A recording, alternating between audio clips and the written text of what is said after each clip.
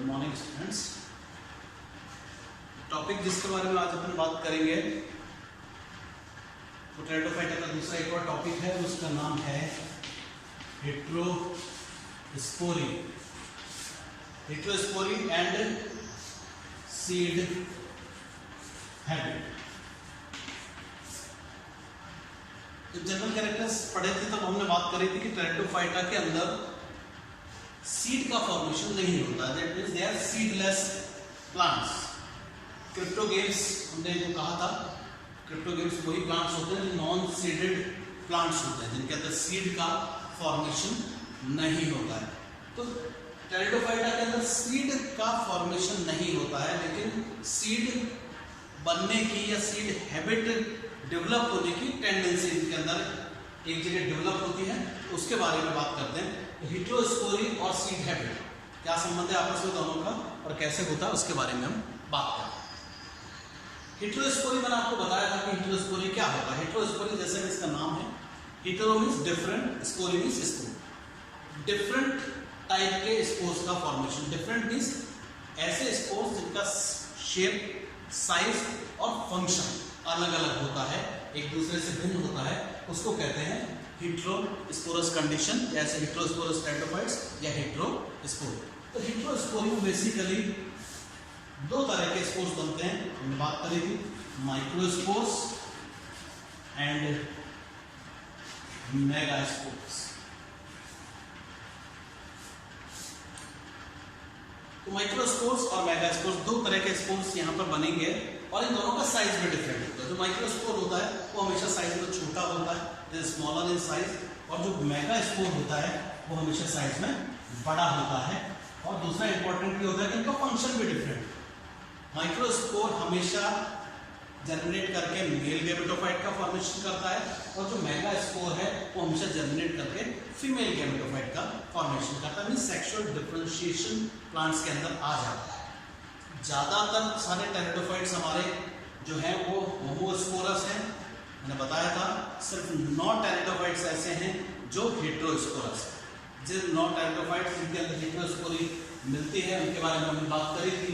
वो जो 9 टेरिडोफाइट्स हैं उसमें एक सेलेजिनेला है जो हमारे कोर्स में है, आइसोइटिस है, मार्शिलिया है, साल्विनिया है, अजोला है, रेग्नेलिडियम है, पिलुलेरिया है, स्टाइलाइटिस है और प्लेटिजोम। तो ये 9 टेरिडोफाइट्स हैं सिर्फ जो कि एक्चुअल में हेट्रोस्पोरस हैं। इसके अलावा सारे के सारे जितने भी टेरिडोफाइट्स हैं वो सारे क्या हैं? होमोस्पोरस। कौन कौन से हैं? एक तो मैंने बताया था आपको, स्लेजिनेला, दूसरा आइसोइटिस, मार्शिलिया, स्टाइलाइटिस, रेग्नेलिडियम, पिलुलेरिया, साल्विनिया, अजोला एंड प्लेटिजोमा। सिर्फ ये 9 टेरिडोफाइट्स हैं जो कि हेट्रोस्पोरस होते हैं, बाकी सारे के सारे होमोस्पोरस। तो क्या इंपॉर्टेंस है इस हेट्रोस्पोरी की, क्या फायदा होता है हेट्रोस्पोरस टेरिडोफाइट्स को हमने एडवांस टेरिडोफाइट्स कहा। तो what is the importance of heterospory? Heterospory की इंपॉर्टेंस की जब हम बात करते हैं, पहले बात तो बात करें ओरिजिन ऑफ हेट्रोस्पोरी, कि हेट्रोस्पोरी का ओरिजिन कैसे हुआ होगा या कैसे होता है। देखिए ये जो ओरिजिन है, ये ओरिजिन इस बात पे डिपेंड करता है कि जो हमने स्टडी की उसके हिसाब से कि नंबर ऑफ स्पोर्स कितने प्रोड्यूस हो रहे हैं, और नंबर ऑफ स्पोर्स का प्रोडक्शन डायरेक्टली लिंक्ड है न्यूट्रिशन के साथ। अगर एक स्पोरेंजियम के अंदर स्पोर्स की संख्या बहुत ज़्यादा है, अगर बहुत सारे स्पोर्स बन रहे हैं, तो जो स्पोर्स बनेंगे वो हमेशा साइज में कैसे होंगे? छोटे होंगे, दे विल बी माइक्रोस्पोर्स। लेकिन अगर एक मेगास्पोरेंजियम के अंदर अगर मेगा जो स्पोर्स बन रहे हैं उनका नंबर कम हो जाए, क्या होता है? कुछ टेरिडोफाइट्स के अंदर, जैसे स्लेजिनेला की हम बात करेंगे, आप देखेंगे कि जो हमारा मेगास्पोरेंजियम है जिसके अंदर मेगास्पोर्स का फॉर्मेशन होना है, उसमें जितने भी फंक्शन मदर स्पोर्स होती हैं, मेगास्पोर मदर सेल्स, उसमें से बहुत सारी डीजेनरेट हो जाती है। और कुछ स्पीशीज में तो सिंगल मेगास्पोर मदर सेल रह जाती है, वो फंक्शनल रहती है और उसमें फिर मियोसिस होके 4 मेगास्पोर्स का फॉर्मेशन होता है। उन 4 में से भी 3 मेगास्पोर डिसइंटीग्रेट हो जाते हैं और सिर्फ सिंगल मेगास्पोर जो है वो आपका सर्वाइव करता है। तो क्या होगा, एक रहेगा, नंबर कम हो गया, न्यूट्रिशन बढ़ जाएगा, तो इसकी वजह से जो मेगास्पोर होगा उसका साइज हमेशा लार्ज हो जाता है। तो ओरिजिन जो है वो बेसिकली रिलेटेड है विद द न्यूट्रिशन के, कितना न्यूट्रिशन, नंबर कितना बन रहा है। नंबर अगर ज्यादा है तो डेफिनेटली न्यूट्रिशन कम होगा, तो उसका नंबर कम ज्यादा होने की वजह से, न्यूट्रिशन कम होने की वजह से साइज कम होगा।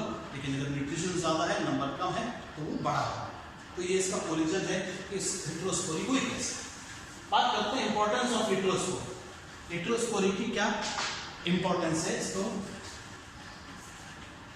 जब हम बात करेंगे तो एक सबसे इंपॉर्टेंट चीज जो हमको याद रखनी है, heterospory is directly related with sexual differentiation.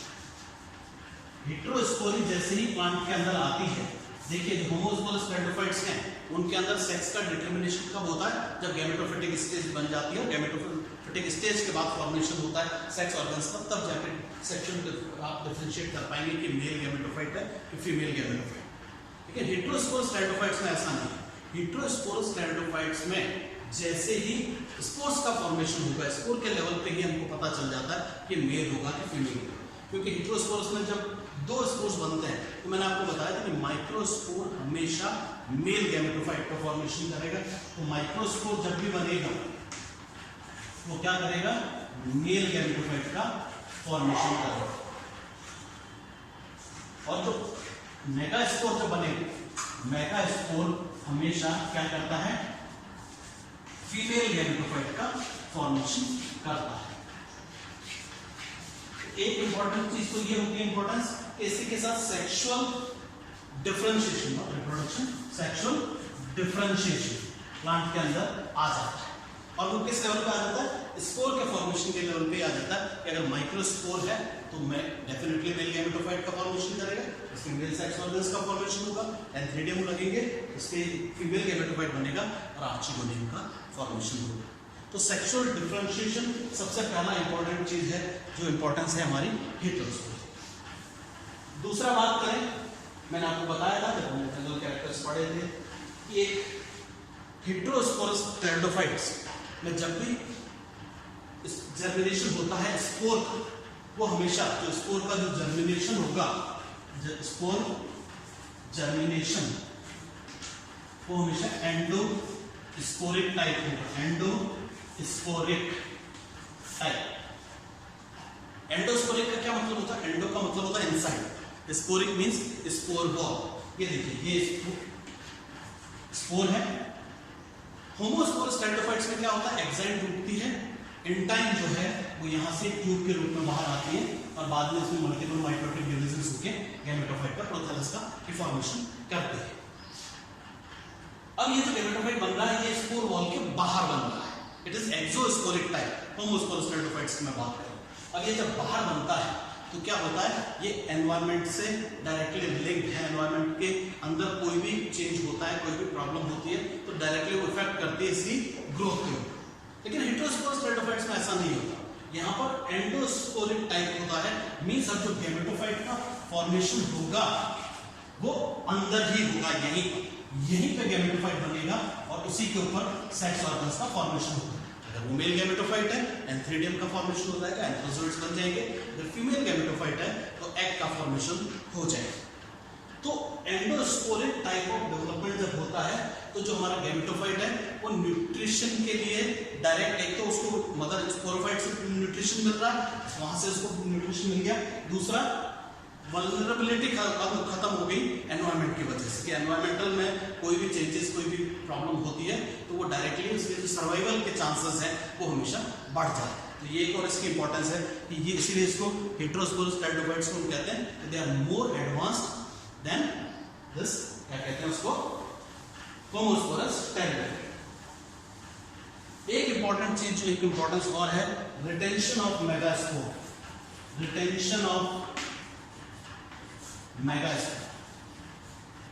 देखिए टेरिडोफाइट्स में क्या होता है, जैसे ही जाइगोट का फॉर्मेशन होता है, जाइगोट मदर प्लांट से अलग हो जाता है, जमीन पे आके आपको पता ही है जमीन के ऊपर इसका फर्टिलाइजेशन होता है और वहीं पे गैमेटोफिटिक जनरेशन का से वापस स्पोरोफिटिक जनरेशन का फॉर्मेशन होता है।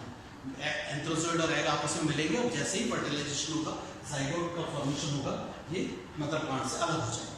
लेकिन यहाँ ऐसा नहीं है, यहाँ पर जो मेगास्पोर है वो मेगास्पोर अभी भी मदर प्लांट पे ही लगा रहेगा। कब तक? Even after fertilisation. फर्टिलाइजेशन हो गया उसके बाद भी ये मेगास्पोर जो है वो हमारा कहाँ रहेगा? जहां उसका फॉर्मेशन हुआ।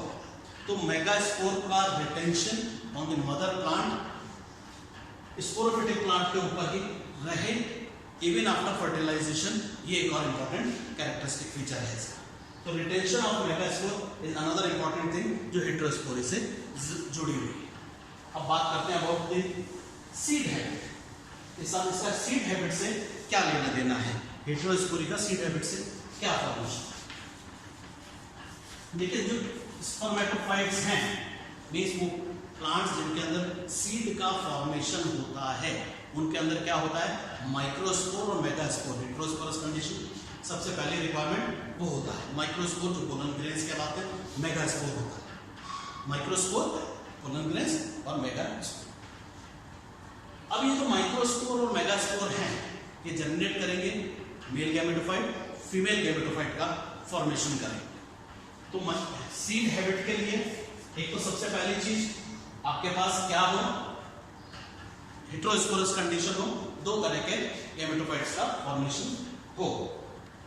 तो माइक्रोस्पोर स्पोर और मेगास्पोर, माइक्रोस्पोर जो पोलन ग्रेन्स कहलाता है वहां पर, यहाँ पर दोनों का फॉर्मेशन होगा। अब जब फर्टिलाइजेशन होगा, मेल और फीमेल न्यूक्लियाई का फ्यूजन होगा और जाइगोट का फॉर्मेशन होगा, ये जो जाइगोट है ये मेगास्पोरेंजियम, जिसको हायर प्लांट्स में ओव्यूल कहा जाता है, उसी के अंदर रहते हैं। वही उसको न्यूट्रिशन मिलता है मदर प्लांट से, जो स्पोरोफिटिक प्लांट होता है जो हमारा, उसी से उसको आपका न्यूट्रिशन मिलेगा। तो जाइगोट वहीं रहेगा, वहीं से एम्ब्रियो में डेवलप हो जाएगा और ये जो एम्ब्रियो है, इस डेवलपिंग एम्ब्रियो को न्यूट्रिशन मिलता है मेन मदर प्लांट से। और जो स्पोर, जो दूसरी एम्ब्रियो की और इंटेग्यूमेंट्स की जो वॉल्स हैं, वो सब मिलके सीड कोट का फॉर्मेशन करती हैं और उस सीड कोट के फॉर्मेशन से सीड का फॉर्मेशन हो जाता है। और ये जो सीड है अब ये प्लांट से अलग होता है और जब भी इसको जर्मिनेट करेंगे, जब भी इसको फेवरेबल कंडीशंस मिलेगी, ये जर्मिनेट करके नए प्लांट के अंदर कन्वर्ट हो जाएगा। तो सीड के फॉर्मेशन के लिए आप देखेंगे कि आफ्टर फर्टिलाइजेशन एम्ब्रियो जो है वो मदर प्लांट के साथ ही लगा रहेगा और वहीं पे इंटेग्यूमेंट्स का सीड कोट के रूप में फॉर्मेशन हो जाने से सीड का फॉर्मेशन हो जाता है।